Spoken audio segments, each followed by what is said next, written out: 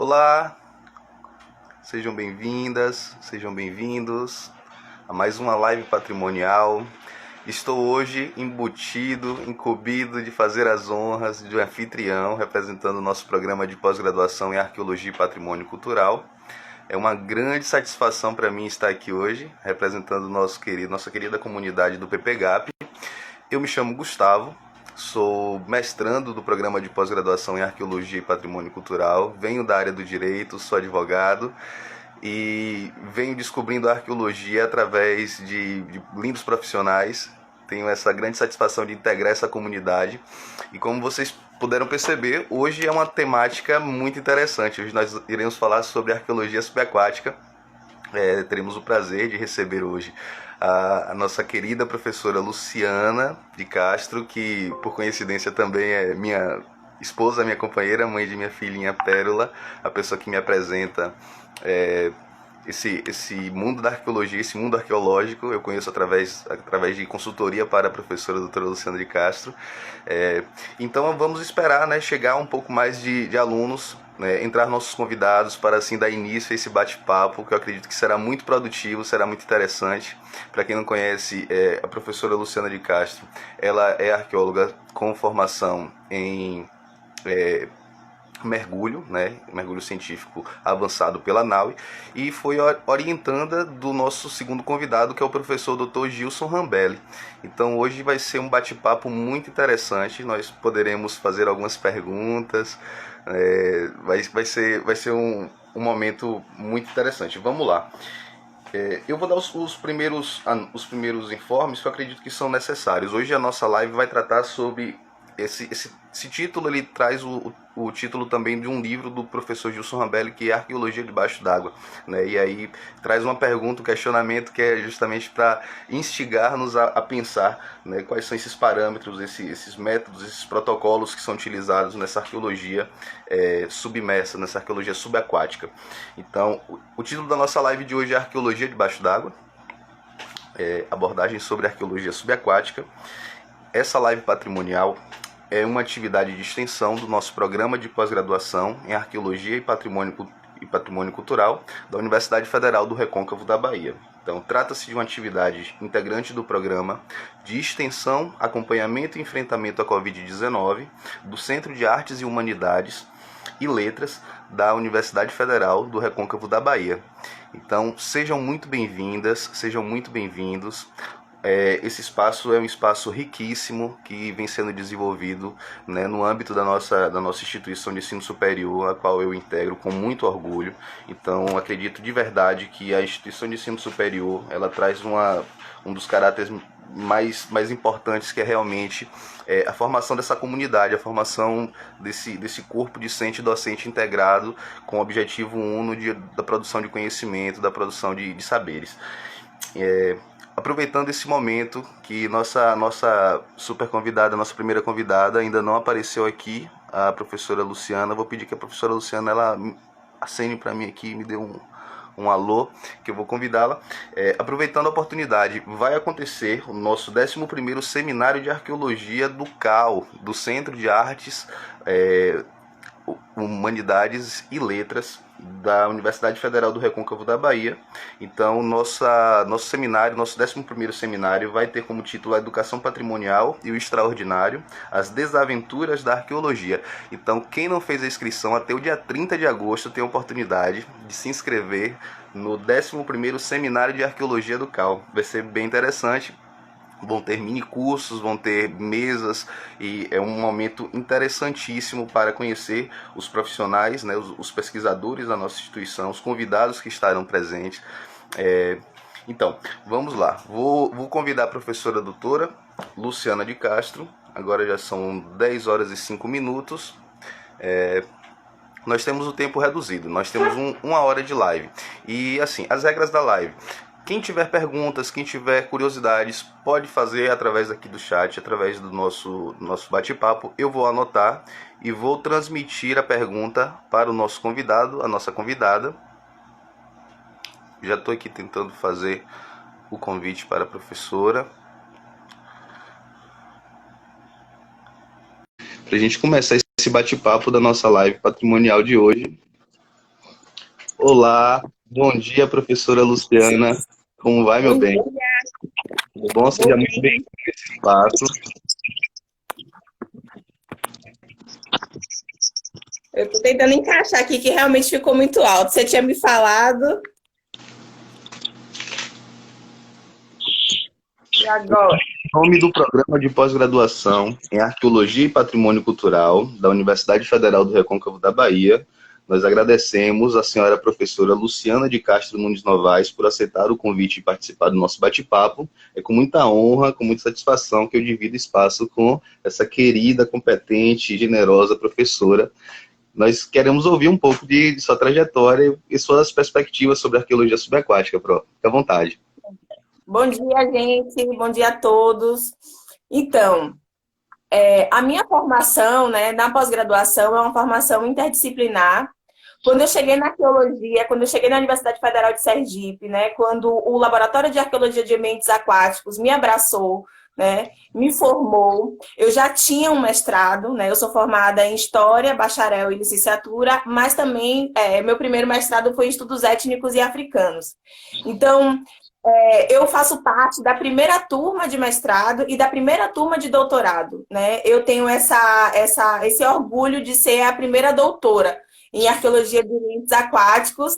Meu orientador e amigo, Gilson Rambelli, me deu a notícia que eu sou a primeira, né? Mas a gente sempre sabe que veio alguém antes da gente. Então, me perdoe o meu mais velho ou a minha mais velha. Nesse sentido, então, eu venho de um programa, né, dos estudos étnicos africanos, em que eu fazia um estudo já desenvolvido no TCC, que era sobre as ancestrais femininas, as Yamin.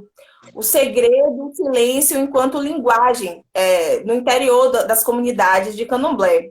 Eu sou iniciada desde os meus 15 anos e sou Ialorixá, né, do terreiro Ileaxé Bairal Motorrundê, que fica localizado em Camaçari. Então, no meio do meu mestrado, no meio do meu curso, surgiu a oportunidade, a primeira turma de arqueologia, então, da Universidade Federal de Sergipe. Então, sem dúvida, eu fui e me inscrevi. A arqueologia, ela aparecia de interface, seja na história, seja na antropologia, pela cultura material. Então, a minha experiência com a arqueologia, ela vem com uma amplitude dos limites epistêmicos e ontológicos que as ciências humanas, elas carregam em si. Então, por mais que existam estudos de cultura material na história e na antropologia, o processo metodológico, as técnicas, os protocolos, as múltiplas interpretações da existência e da ontologia dos materiais no mundo, elas ainda estão aprendendo com a arqueologia. E assim fui.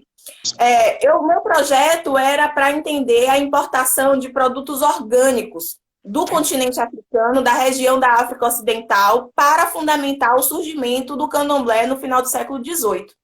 Então, de alguma forma, eu já estava um pouco mergulhada na arqueologia náutica, na arqueologia naval, que é uma das áreas, das sub-áreas que a arqueologia de ambientes aquáticos abraça. Por que eu estou reforçando esse termo arqueologia de ambientes aquáticos? Porque a arqueologia subaquática, ela vai surgir na década de 60, muito pontuada pelo processualismo, em que, de fato, o processo técnico, as regras, as fontes, elas acabavam sendo mais importantes naquele momento do que a própria amplitude do que os corpos aquáticos podem propiciar para o estudo do passado, para o estudo do presente.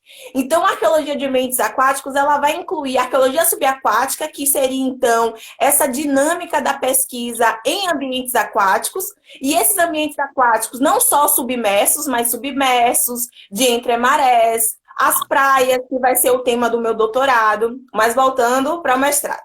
Então, nesse ponto, quando eu chego, consigo passar, consigo ser aprovada sob a orientação da professora Márcia Guimarães, certo? E na primeira semana de atividade lá, né, nas margens do Cotiguiba, na minha Laranjeiras querida, eu me deparo com uma imagem, essa imagem que está atrás de você, Gustavo. Você pode baixar um pouquinho a cabeça para as pessoas verem? Então, eu me deparo com essa imagem, que me deixa muito encantada. Por quê? Porque eu mesmo sendo filha de orixá, filha do candomblé, né?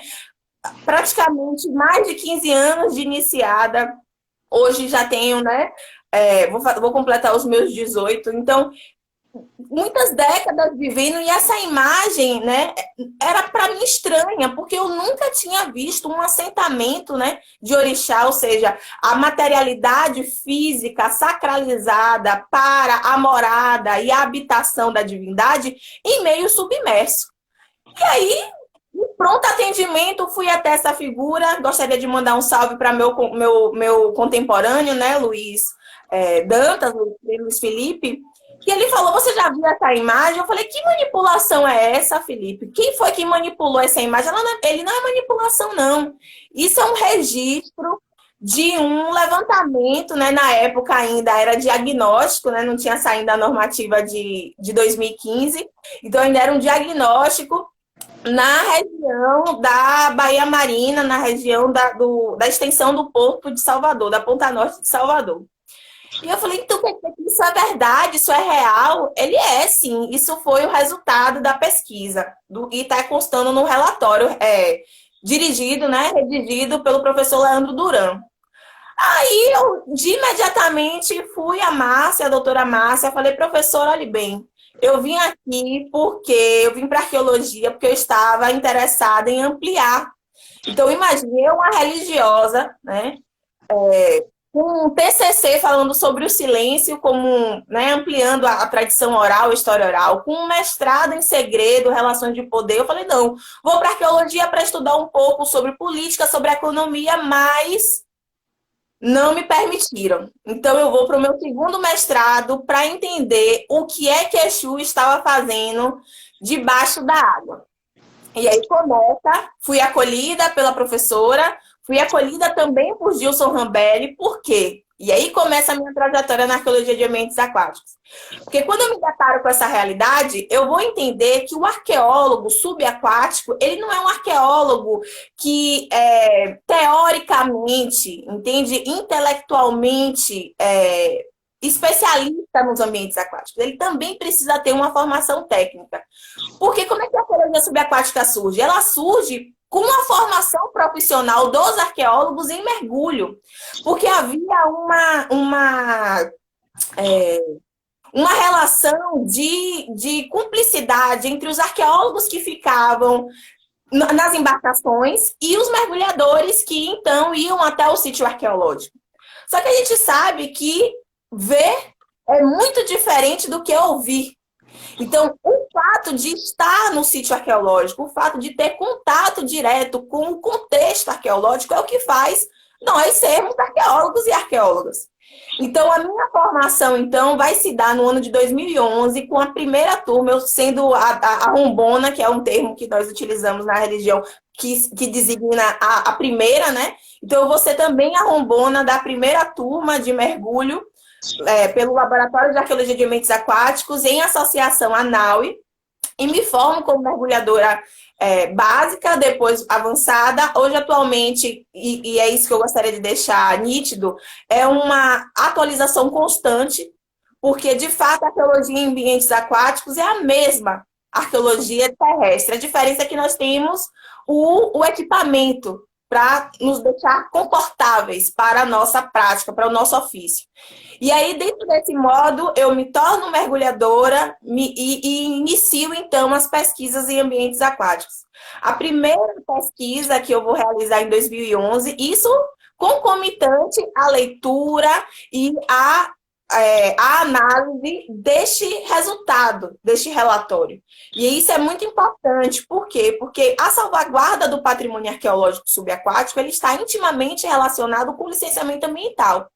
Então, o ofício do arqueólogo ele tem que estar dialogando com as normativas, com o ordenamento jurídico, com aquilo que o Estado, né, com a União está propiciando.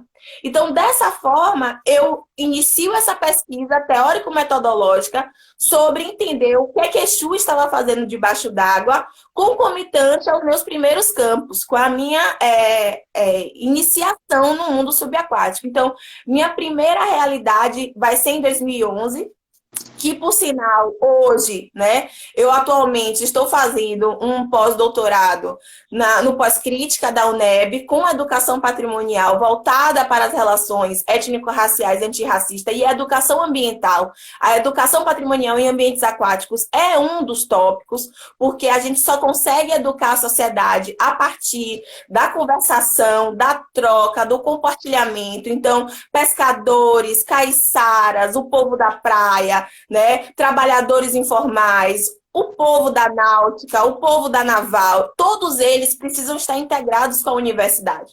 Então, dentro desse dialogismo, dessa produção de conhecimento simétrica, é o lugar em que eu me encontro. Então, voltando, o meu primeiro campo de arqueologia subaquática, propriamente dito, vai ser uma visita técnica com o professor Rodrigo Torres, no seu pós-doc, em que ele estava mapeando os naufrágios da Baía de Todos os Santos, e eu me deparo lá na Praia de Boa Viagem com o naufrágio de Santo André, né? Nossa Senhora do Rosário, que é um naufrágio do início do século XVIII, e que eu, de fato, vou ter o primeiro acesso à materialidade submersa. Que entre os madeirames, né, entre a estrutura já catalogada, né, já identificada, eu me deparo com os cauris. Cauris é uma moeda, né, um nome em Yorubá. Zimbo é o nome quimbundo para a região da África Central, que vai designar a moeda que foi utilizada no período da escravidão moderna para a compra de pessoas que seriam, então, africanas, que seriam, então, escravizadas. Mas antes dessa construção do cauri enquanto moeda, ele é um símbolo, um signo, e aí, pela ontologia, arqueologia ontológica, uma apresentação da riqueza, né, dos povos Ewe e Fon, da região do Benin, divisa com a Nigéria. Então, foi muito importante ver aquele búzio submerso e encontrar, vamos dizer assim, um afloramento, porque pode ser simples, mas a gente não precisa do pincel para fazer decapagem, né? Com a areia do fundo do mar, se você fizer um leve balançar da mão, a areia vai se estender. E dentro desse ato simples, eu vi que havia uma acumulação desses cauris. E aí, eu já falando, meu professor querido, o orientador, vai entrar. A gente sabe que tem essa relação, que é esse pós-doutorado, que eu preciso voltar para trabalhar com essa materialidade, que mais do que econômica, é uma materialidade religiosa que designa, né, o reinado do Benin, do reinado de Daomé. Mas, então, essa é o meu campo subaquático. Então, desde 2011, eu venho me deparando não só com o Exu submerso, mas com materialidades afro-religiosas protegidas e salvaguardadas pelo corpo aquático.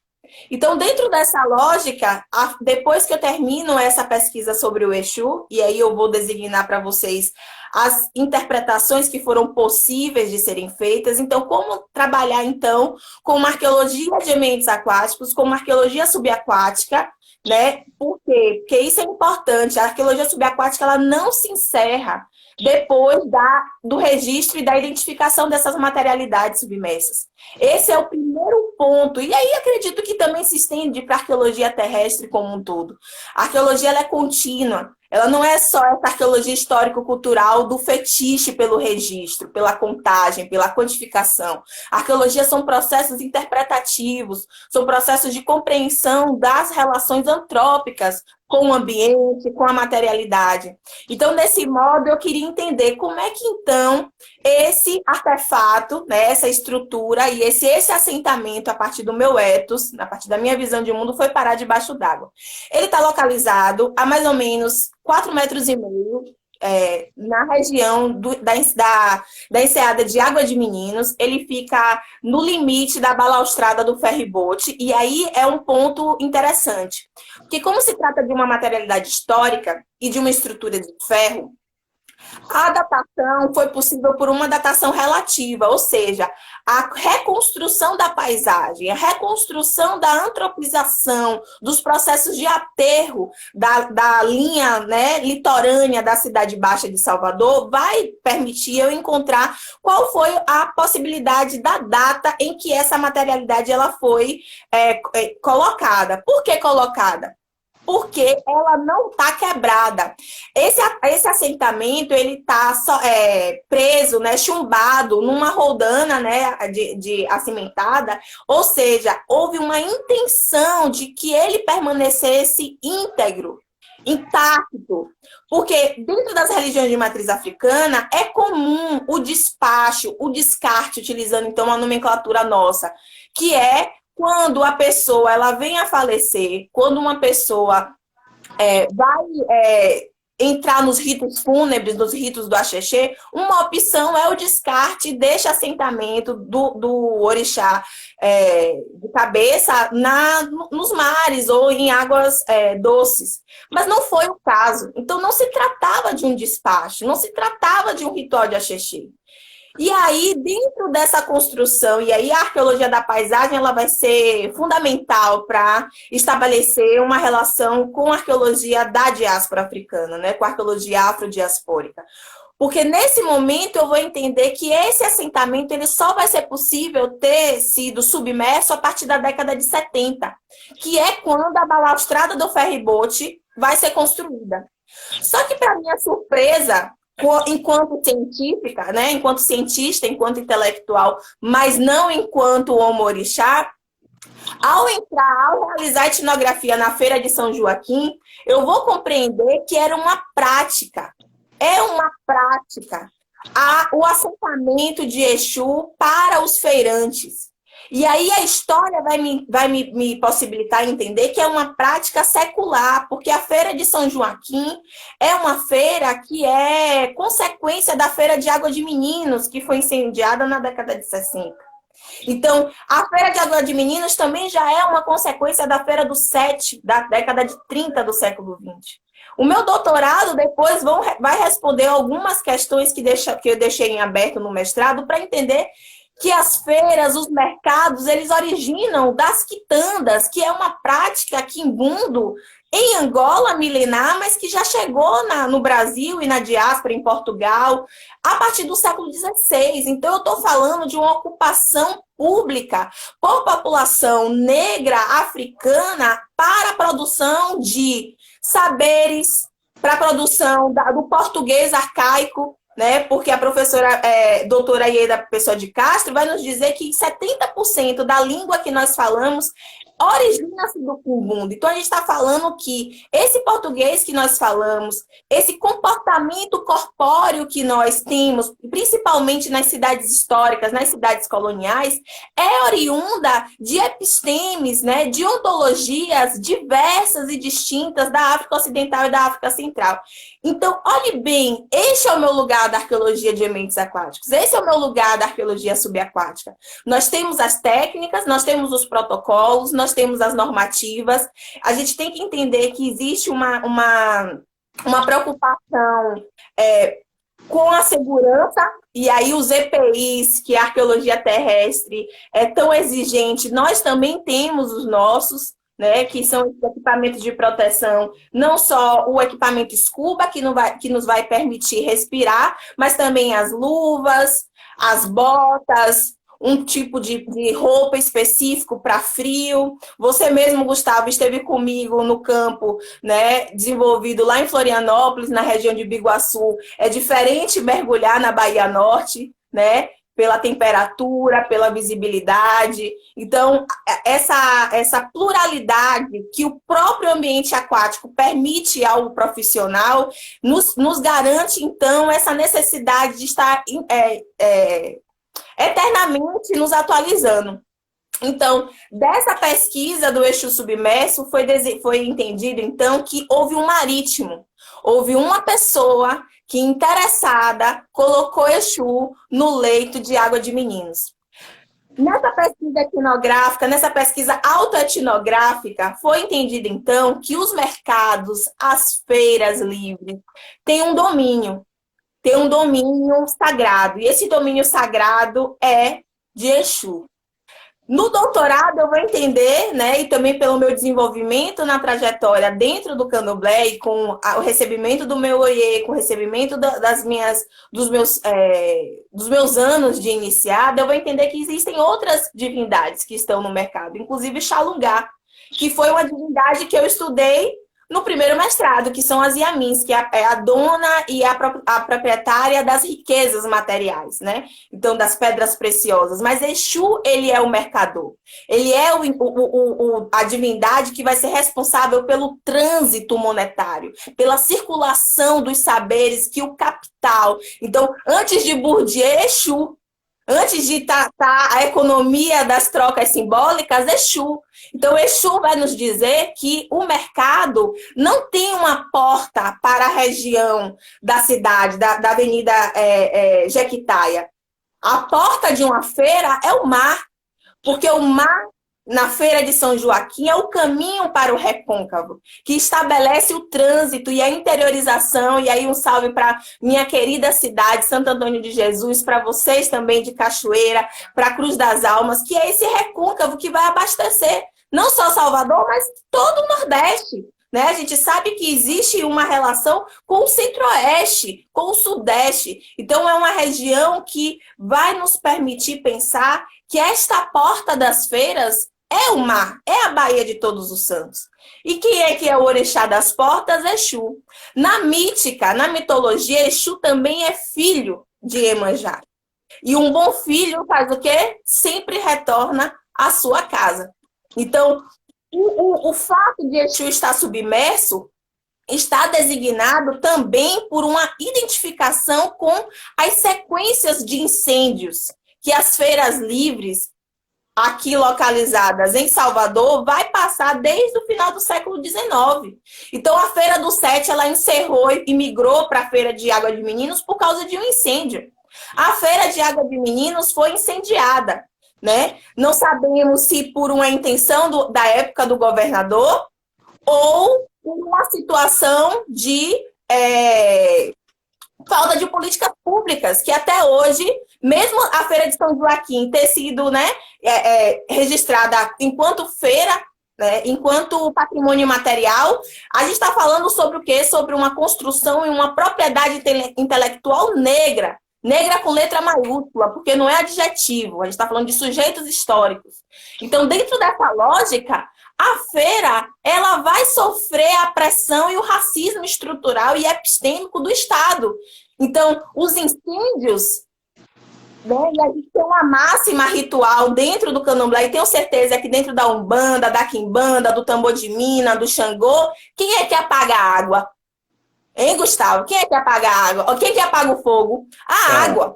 Então, essa lógica é uma lógica de salvaguarda das próprias integridades físicas. E aí entra uma parte que só agora, depois de 10 anos, com o meu segundo doutorado, eu vou estar podendo realizar, porque me sinto madura, que é a linha tênue entre o imaterial, o invisível, o oculto, o silêncio, que é a comunicação entre mundos. O mundo da religião, do religioso e o mundo da ciência. Na época de 2011, eu subtraí, mas eu entrevistei entidades incorporadas, marujos, piratas, doqueiros, agentes do mar. No meu livro, né, se tornou um livro, a dissertação era Morte Visível e a Vida Invisível, porque a arqueologia ela tradicionalmente trata a religião enquanto um aspecto da morte. E o candomblé, né, e as etnometodologias e a poética religiosa está nos dizendo que não. A religião é vida, a morte é vida. Então, estar naquele espaço nos garante, então, entender que a arqueologia ela precisa entender que existem outros mundos, outras realidades que não são paralelas, entende? São justapostas. Elas se encadeiam em dimensões. Por isso que a arqueologia sensorial ela é tão importante. Para nos dizer que o arqueólogo acessa a informação não só com os olhos, mas com o olfato, com o paladar, com o que é audível, com o toque, com o tato. Então, eu acredito que essa lógica ocidental ela é rompida, ela é quebrada com essa arqueologia de ambientes aquáticos, com essa arqueologia da diáspora, em que eu venho construindo desde 2011, junto com o Laboratório de Arqueologia de Ambientes Aquáticos, e agora, depois de mestre e doutora formada no Colegiado de História, né, na UNEB 5, caminhando com as minhas próprias pernas. Mas esse caminhar com as próprias pernas sempre vão ter companhia, porque sozinho a gente não é nada, não é isso? Eu não sei, eu não estou acompanhando o meu horário, eu já fiz meus 20 minutos. Dois minutinhos para encerrar, professora. Fique à vontade. Então, deixa eu beber um gole aqui, porque quem me conhece, meus alunos, sabe que eu começo e só termino na hora que o fim chega, né? Mas peraí. Então, desse modo, vocês que a gente está fazendo uma live de educação, né? Uma live de comunicação com as pessoas que estão interessadas na arqueologia, que estão interessadas na arqueologia de ambientes aquáticos, na arqueologia subaquática, é uma arqueologia como outra qualquer? Com certeza. Não existe hierarquização entre as áreas da arqueologia, mesmo que seja uma ciência fundada no imperialismo. Então, se o seu caco, se o seu lítico é mais antigo do que o meu, a gente acaba entendendo que existe uma supervalorização. Mas a arqueologia de ambientes aquáticos está nos informando, dizendo que a importância não é a antiguidade. A importância é a relação. É a potência que as relações humanas constroem com os ambientes, constroem com as pessoas, constroem com os materiais, com os objetos, com os corpos, com as paisagens. Então, dentro dessa postura, né, essa outra postura afrocentrada, né, e necessariamente precisa ser antirracista para a gente combater com todos os epistemicídios que tanto a arqueologia quanto as outras ciências humanas nos delegou, permitam-se, né, a rasgar essa realidade que já está obsoleta, né, que já não cabe mais. A gente do axé fala, para que tá feio. Então, digam isso para as ementas, né? Para os cursos que vocês fazem. Até mesmo questione os professores, não com arrogância, mas até eles mesmos também são instrumentais do racismo epistêmico. Então, vamos todos juntos romper com as barreiras que a ciência imperialista nos delegou e nos transformar, nos sermos outros juntos. Tá certo? Eu agradeço profundamente. Professora, nós te agradecemos. Eu, em nome do Programa de Pós-Graduação em Arqueologia e Patrimônio Cultural da Universidade Federal, agradeço sua participação, muito rica, muito poderosa.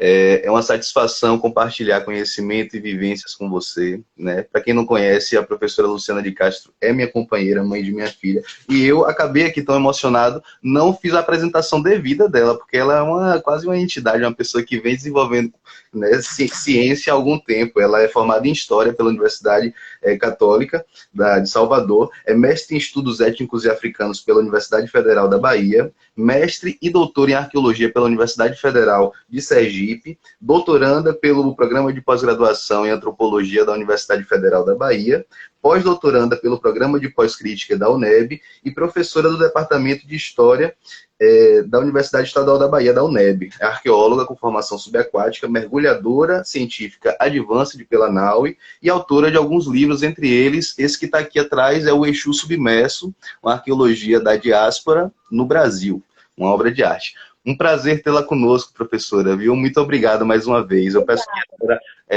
desconecte, que eu vou chamar para nosso bate-papo o professor Dr. Gilson Rambelli. Tchau, gente. Obrigada.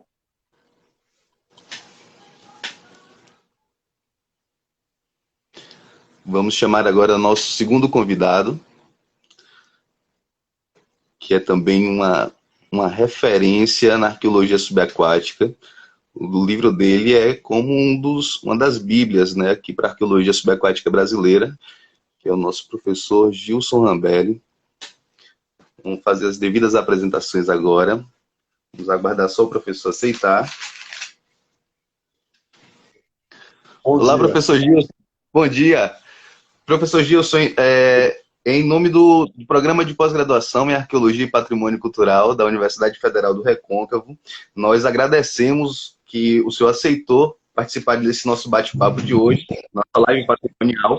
Professor Gilson Rambelli, para quem não conhece, ele é formado em História, tem graduação em História pela Universidade de São Paulo, mestre e doutor em Arqueologia pela USP, fez uma especialização em Arqueologia na França, professor do Departamento de Arqueologia e dos programas de pós-graduação em Arqueologia e Antropologia da Universidade Federal de Sergipe, fundador do Centro de Estudos de Arqueologia Náutica e Subaquática da Unicamp, é uma referência, diretor do campus de Laranjeiras da UFES e do Museu de Arqueologia do Xingol, Max UFES, coordenador do Laboratório de Ambientes Aquáticos e instrutor de mergulho NAUI. Autor de alguns livros com essa temática de arqueologia subaquática, entre eles alguns que são referência para todo arqueólogo que busca integrar o campo da arqueologia subaquática, que é Arqueologia Até Debaixo d'Água, que titula a nossa live de hoje, e Arqueologia Subaquática em Cananéia. São dois livros que já aconselhamos, quem não leu ainda vai ler para conhecer um pouco mais da praxis da arqueologia subaquática. Seja muito bem-vindo, professor, e o espaço é seu. Fique à vontade. Bom, muito obrigado, bom dia a todos e a todas. Eu espero que vocês me escutam, né? Porque a minha internet caiu no começo, eu desesperado reiniciei, a gente fica refém dessa situação. Mas eu quero saudar você, Gustavo, e a quem eu saúdo todos os alunos do programa de pós-graduação e todos os professores e professoras também, que são colegas muito queridos. E é muito difícil a gente começar a falar depois da Luciana. A Luciana, eu adoro ouvir a Luciana falar, então eu, por mim, fico horas ouvindo a Luciana falar, e é difícil começar, porque ela já está naquela energia toda, né? Então eu fiquei pensando, o que eu vou falar? Acho que eu vou pedir um cafezinho e ficar lembrando das coisas, mas o que eu poderia contribuir, eu não sei se veio alguma pergunta, alguma coisa, é a respeito que essa temática da arqueologia, sobretudo a arqueologia subaquática, aquela arqueologia que a gente faz uso dos equipamentos de mergulho para poder interagir com o sítio arqueológico, ela perpassa por uma discussão que a gente não pode deixar calada nunca, que é sobre a preservação dos sítios arqueológicos submersos, o que a gente chama de patrimônio cultural subaquático, que envolve nessa gama de sítios que vai desde o Exu submerso até coisas perdidas acidentalmente, intencionalmente, ou a gente vai chegar em navios afundados. Então, acho que eu poderia pegar um pouco a questão dos navios afundados, porque eles se fazem presente no inconsciente coletivo. Todo mundo, em algum momento, já pensou um navio afundado e o tesouro ali, com os peixes nadando por perto. E isso alimenta uma prática conhecida como caça ao tesouro. E a caça ao tesouro, ou a caça ao souvenir, a caça ao tesouro é feita em grande escala, com grandes empresas, grandes empresários, com bolsa de valores envolvida, a coisa é monstruosa. E a caça ao souvenir é feita para aquele mergulhador ou mergulhadora que se diverte no final de semana tirando peças de navios afundados. Essas duas práticas, elas são muito prejudiciais ao patrimônio arqueológico. E, no caso, nós brasileiros, temos um problema maior. Por quê? Porque, como a arqueologia no Brasil, ela durante muitos anos, ela foi sinônimo de pré-história brasileira, né? Então, assim, até os anos 80, 90, os congressos eram praticamente pré-história. Se falava sobre arte rupestre, sobre tecnotipologia lítica, sobre cerâmica, decoração cerâmica, e pouco se falava da arqueologia histórica. E os navios afundados, eles fazem parte, a maioria, né? A gente ainda não encontrou nenhuma... Encontramos algumas canoas, mas pensando em navios, eles fazem parte do contexto da arqueologia histórica. E então, é um caminho dentro da arqueologia muito jovem. E quando a gente começou a se debruçar sobre esse tema, a gente identificou o quê? Que tinham dois segmentos. Um era a arqueologia e o outro eram os mergulhadores que exploravam esse tipo de sítio e se auto-intitulavam arqueólogos. E para aqueles arqueólogos que não mergulhavam, era assim como que algo inacessível, então deixa para eles. Ficou meio que dividido, sabe?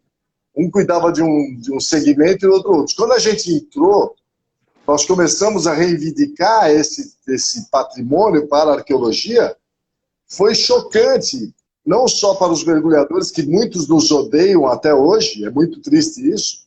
Eu faço parte, como você disse, eu sou instrutor de mergulho, eu atuo dentro desse segmento, e muitos acham que a gente quis tirá-los, e não, ao contrário, é que isso faz parte do universo da arqueologia, a gente só botou uma arqueologia molhada, que estava afastada desse contexto. Então, é muito importante a gente aproveitar uma live dessa, em que você trabalha com alunos de pós-graduação, para que as pessoas entendam que é um universo super acessível ao pesquisador, sim. Que aquela ideia de que é perigoso, de que custa caro, de que é arriscar a vida, isso daí era o discurso de marketing da caça ao tesouro, que era uma forma de deixar os pesquisadores de fora disso. Então, nós viemos quebrar esses paradigmas que tanto fizeram mal. Só que o problema, Gustavo, é que ainda está fazendo mal. Nós temos hoje, por exemplo, uma legislação muito frágil, que é diferente da legislação que cuida do patrimônio terrestre. E aí o que acontece? Ela é frágil e ela dá espaços para que aquelas pessoas mal intencionadas consigam alguma coisa. Então nós temos hoje, por exemplo, um projeto aí que nós estamos discutindo muito preocupados, que é um projeto de caça ao tesouro que deve acontecer no litoral entre Pernambuco e Alagoas, que foi autorizado por IFAM e ele está em secreto. Você, como advogado, poderia até ajudar a gente. Ele está em sigilo. Quebra toda a questão da transparência, em que nós temos acesso, está sigilo. E quem está por trás? São empresas, inclusive estrangeiras, de caça ao tesouro. Só que eu estou falando isso no ambiente de pesquisadores, mas falar isso no ambiente de mídia, na nossa atualidade, nós corremos o risco de sermos ridicularizados ainda. Os caras vão tirar ouro, esses caras estão falando em proteger patrimônio. Né? Você entende essa atual conjuntura do anti-ciência, do anti... Né?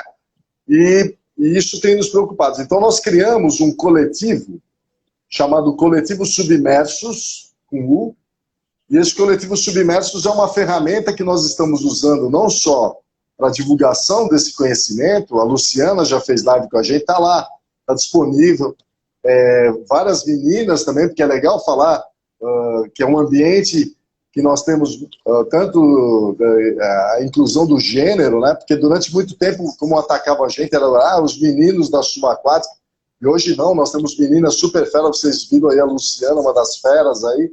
Então é um caminho aberto. É legal que as pessoas comecem a se conscientizar disso, porque eu, quando comecei, bati muito contra a caça ao tesouro. E a caça ao tesouro a gente conseguiu, junto com a Unesco, a dar uma acalmada nela. E agora, de repente, nós somos surpreendidos com um projeto que tramitou e que passou pelo CNA e deixou todos nós atônitos. Então, assim, é muito importante que nós estejamos todos atentos. Por quê? Porque é um patrimônio que diz respeito a todos nós. É um patrimônio, ainda que o patrimônio subaquático ele traz uma característica diferente, porque ele tem uma característica internacional. Então você tem um navio de qualquer bandeira que tenha afundado aqui, ele é de outro lugar que está conectado. Então, às vezes, você tem uma internacionalização assim incrível. Por isso que a Unesco é muito preocupada com isso. Era essa abordagem assim, que eu queria chamar a atenção, para que as pessoas vejam como um ambiente acessível, que tem as regras, assim como você, quando vai trabalhar no campo, tem que colocar uma bota ou uma perneira para não ser atacado por uma cobra, não é isso? Tomar cuidado onde põe a mão, são as regras que a gente segue. E as regras do mergulho são regras de segurança e dificilmente nós temos acidentes com mergulhadores, sobretudo mergulhadores arqueólogos. Uma das coisas que eu posso mergulhar, se é que isso não fica meio pedante da minha parte, mas assim, é que eu sempre prezei muito pela segurança. Por quê? Porque eu sempre falei para todos os meus alunos e alunas, o dia que a gente pisar na bola e acontecer alguma coisa, vamos falar, tá vendo onde vocês foram se meter? Não era para vocês entrar daí, isso é um ambiente, entende? A gente perderia esse espaço que a gente conquistou. Então, a gente tem sido muito exigente nessa questão dos protocolos, do todo, para que os trabalhos aconteçam da melhor forma possível, como estão acontecendo.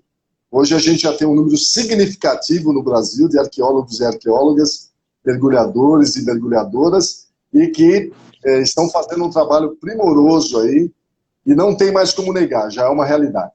Mas aí é isso, quiser fazer alguma pergunta, que a gente vai falando, né?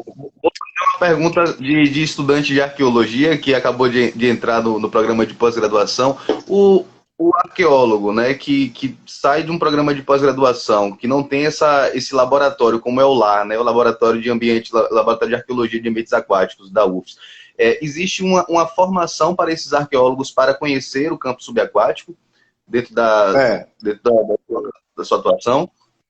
Então, a questão é a seguinte, quem tem interesse tem que procurar. Então, nós estamos falando do LAR, porque é onde eu estou, é onde a Luciana estudou, mas hoje a gente já tem. Você tem a Federal do Piauí, com o Flávio Calipo, que desenvolve, e agora está trabalhando em parceria com o pessoal da Federal do Ceará. Essa semana mesmo saiu na mídia um projeto deles estudando os navios lá no litoral do Ceará, muito, muito interessante. Nós temos o professor Carlos Rios, na Federal de Pernambuco, que também desenvolve um trabalho com arqueologia subaquática. Né? Então, assim, tem esses caminhos. Aí nós temos ainda outros lugares que estão acontecendo essa pesquisa. Eu estou vendo aqui a Cláudia Aparelhada. Então, por exemplo, o pessoal do Paraná, a gente está sempre em contato com o Museu do Paraná e fazendo cursos de arqueologia subaquática lá. Então, a gente tem programas de extensão que chegam a quem está interessado. Por quê? Porque não adianta só você ser arqueólogo e fazer um curso de mergulho. Nós temos casos assim. Por quê? Porque isso não vai te colocar na situação. Por quê? Porque tem que ter uma preparação para você usar o mergulho e aprender as técnicas, os métodos de se trabalhar debaixo d'água. Porque não dá para usar o que a gente faz na terra, não dá para fazer debaixo d'água. Então, é essa adaptação que é preciso. Então, nesse sentido, nós oferecemos cursos. Nós temos também hoje, dentro desse segmento, pesquisas acontecendo. Então, a pessoa pode se aproximar do pesquisador. Por isso que eu estou dando o endereço do coletivo Submersos. Vocês podem ir lá colocar. Eu juro que eu não ganho nada em troca. É uma propaganda, porque é um caminho. E lá vocês vão ver o que está acontecendo, quem está trabalhando em tal lugar. Então, assim, nós, na nossa programa, tanto de graduação quanto de pós, aqui nós oferecemos as disciplinas. E o que eu acho bom é que o aluno, independente de se ele vai seguir ou não, certo? Ele vai saber o que é. Porque é muito importante um arqueólogo que vai trabalhar, por exemplo, num projeto de licenciamento, que ele vai fazer a parte dele, ele vê um sítio. Para nós, do Ambientes Aquáticos, é inadmissível a pessoa pensar que o sítio termina a partir do momento que ele molha a sola do pé.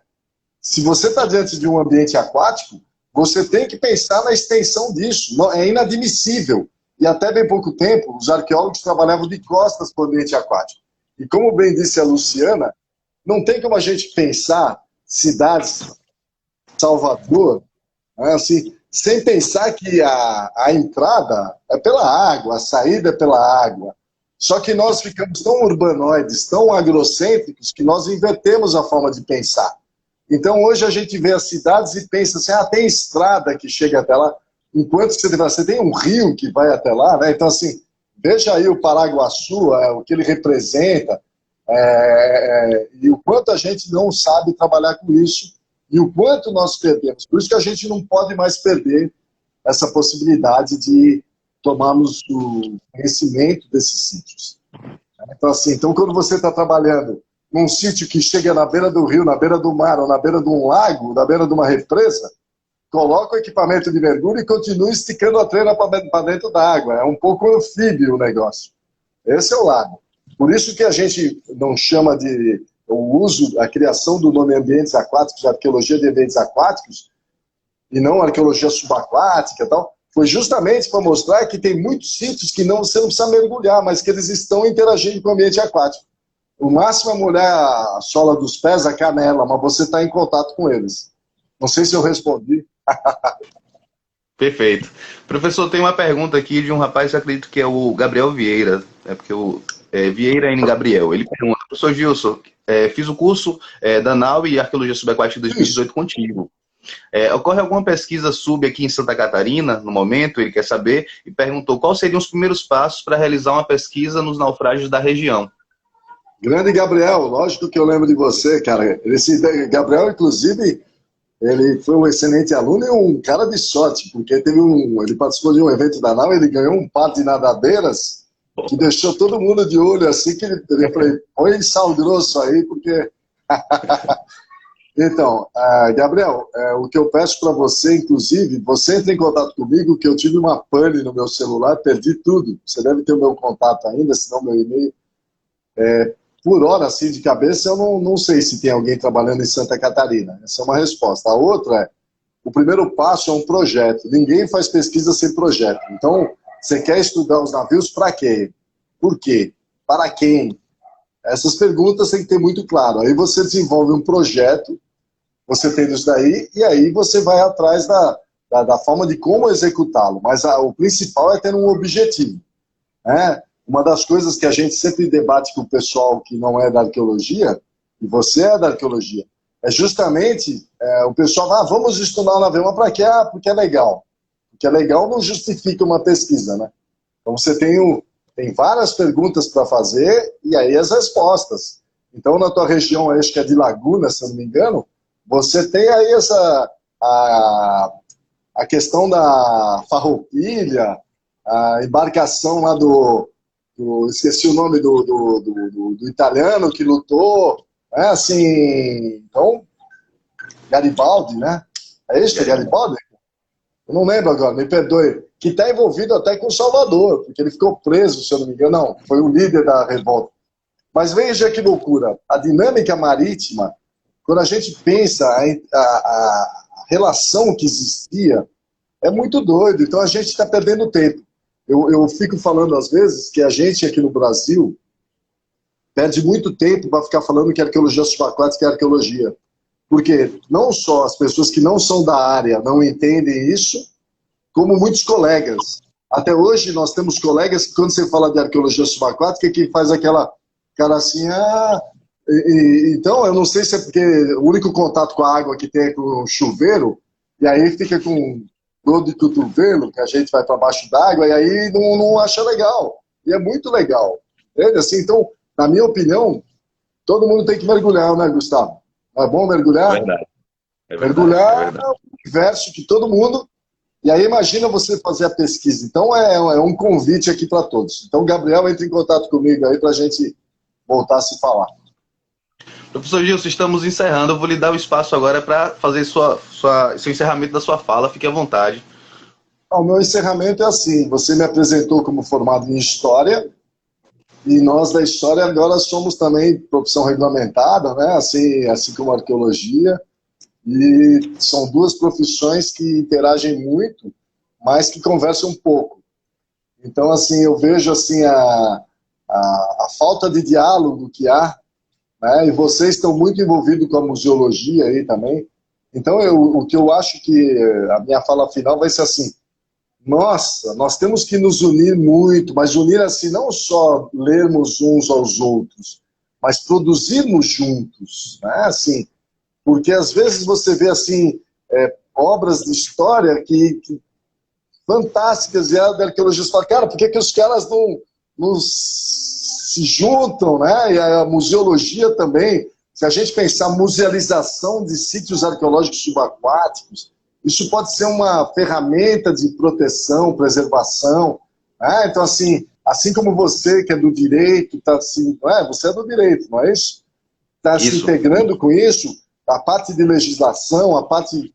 Então, a minha fala final é essa, porque o que eu vejo, a única maneira da gente combater da forma que eu acredito, que é através do conhecimento, é levar a luz. E levar a luz, não adianta eu chegar com uma lamparina, você com outra. Se a gente juntar as duas, a luz vai ficar mais forte. Se juntar, então, tem que haver essa conexão maior. Nesse sentido, eu agradeço ao programa, e parabenizo o programa, porque é muito importante essas ferramentas atuais dessa pandemia, né, para a gente poder ficar ouvindo e participando do que os outros estão fazendo. Eu agradeço ao convite e vocês podem me achar aí, é gilson.rambelli@gmail.com. Um grande abraço para vocês E parabenizo aí a você, em nome dos alunos, e ao Carlos Costa, em nome de todos os docentes. Um grande abraço. Perfeito. Abraço. Em nome do programa de pós-graduação, nós agradecemos mais uma vez, professor, viu, por ter aceitado participar do nosso bate-papo. É uma honra tê-lo aqui conosco e deixaremos esse espaço aberto, esse caminho aberto para sempre acessá-lo, porque é sempre um prazer tê-lo conosco. Um abraço, professor. Eu Peço que o senhor agradeço. encerre, mas já vamos encerrar também nossa live. Nosso tempo está chegando no final, gente. Como falei com vocês, é um prazer ter todos vocês participando desse momento da live. Né? Foi uma grande satisfação participar desse bate-papo com a professora Luciana, com o professor Gilson, em nome do programa de pós-graduação em Arqueologia e Patrimônio Cultural da Universidade Federal do Recôncavo da Bahia. Eu agradeço a todos e todas que estão aqui até esse momento final, e quero pedir para vocês que fiquem atentos, porque essas lives elas acontecerão sempre às terças-feiras, certo? Todas as terças nós estamos transmitindo aqui através do Instagram. Mais uma vez lembrar que até o dia 30 de agosto as inscrições abertas para o 11º Seminário de Arqueologia do Centro de Humanidades, Letras e Artes, o CAL, da nossa UFRB. Então, um beijo a todos, uma ótima semana, muito obrigado por estarem aqui conosco, viu? Tchau, tchau.